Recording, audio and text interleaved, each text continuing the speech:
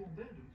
Want het verschil met Blondin is ook minder dan 2 seconden. In het nadeel van Wijfie.